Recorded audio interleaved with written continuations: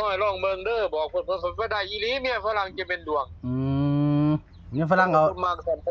เมียฝรั่งได้92เพิ่นโลดต้มมักสำเราอ่ะครับผมเราก็ได้อยู่4-500บ่ได้เงิน4-5หมื่นเราครับผมอาจารย์ก็เลขเขาวิ่งหนึ่งเนาะอาจารย์เนาะว่าหั่นน่ะแม่นวิ่งหนึ่งวันนี้เล่าก็สิมีจันทร์ฮอดศุกร์เลยบัดเนี่ยโอ้อาจจะถล่มแม่มันเอาแม่มันอันนี้ละครับผมอืมลองเบิ่งกันตัวเนาะอาจารย์เนาะลองเบิ่งครับ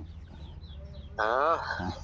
ถ้ามันเข้าตัวมากมื้อนี้ถ้าเข้าตัวเมียฝรั่งนี่เลือดไหลคักนะมื้อนี้แน่นอนอาจารย์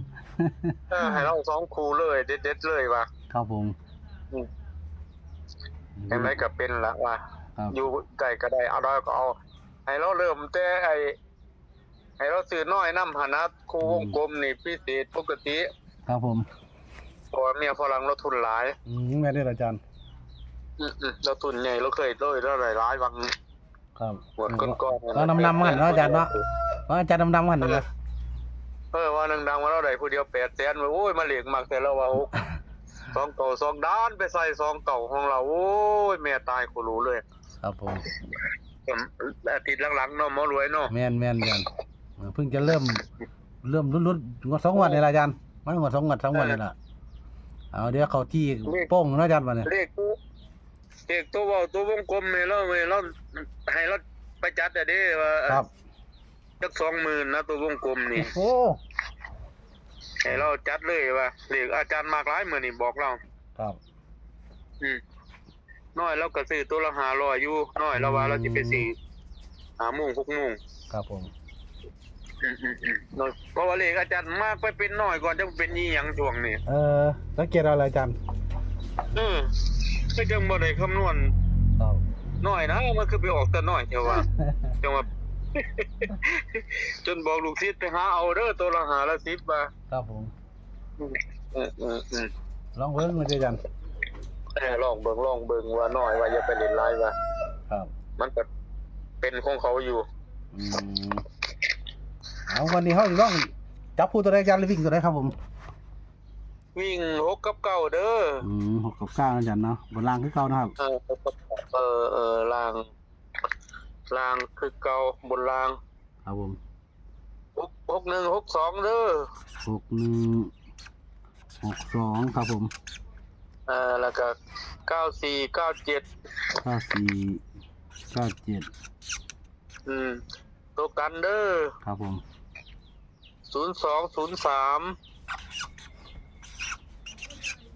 ครับผมตัวกันตัวรักตัวชอบวงกลมเด้อครับผมวงกลม61กับ94เด้อครับผมได้เอาออก2ตัววงกลม61กับ94ถ้าออกตัวนี้แม่เลือดไหลบ่หยุดนะให้แม่ฝรั่งจัดเต็มซึกเต็มเลยจัดเต็มเนาะอาจารย์มื้อนี้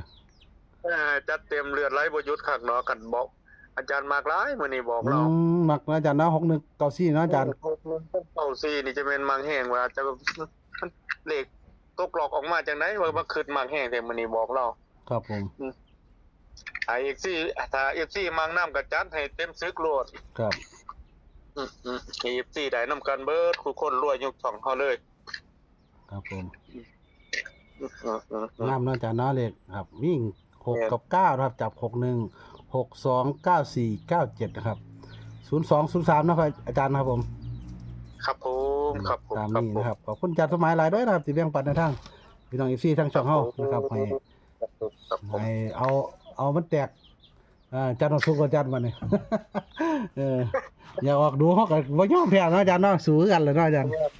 บ่ยอมมันครับเอารอดจังหวะก็คือส่งมังแห้งอาจารย์ก็บอกอยู่คือมันกึ่งไอ้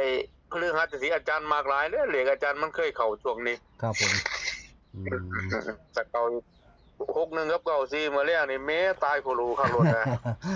พอมาตัวมักตัวชอบอาจารย์เด้อมื้อนี้นะครับซี่จงมันกัดนะครับ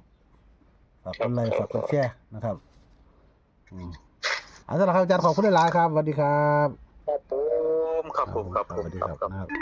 จบไปแล้วนะครับสำหรับอาจารย์สมัยเด้อนะครับกับพี่น้อง FC ผู้ใดมักในทางอาจารย์เบิ่งก็ลองเบิ่งนํกันเด้อนะครับตัวนี้แหละครับผมวิ่ง6กับ9นะครับ61 62 94 97 02 03ครับเพิ่นเน้นไม่แห้งมักแห้งนะครับให้เมียฝรั่งซื้อหลายคือ61 94เด้อนะครับวันนี้ขอให้โชคดีมีชัยลำรวยๆกับอาจารย์สมัยสุขคนนะครับผู้ใดเบิ่งแล้วก็ขอให้โชคดีมีชัยกันสุขคนสวัสดีครับช่วงหมัดกันเด้อพี่น้องสวัสดีครับ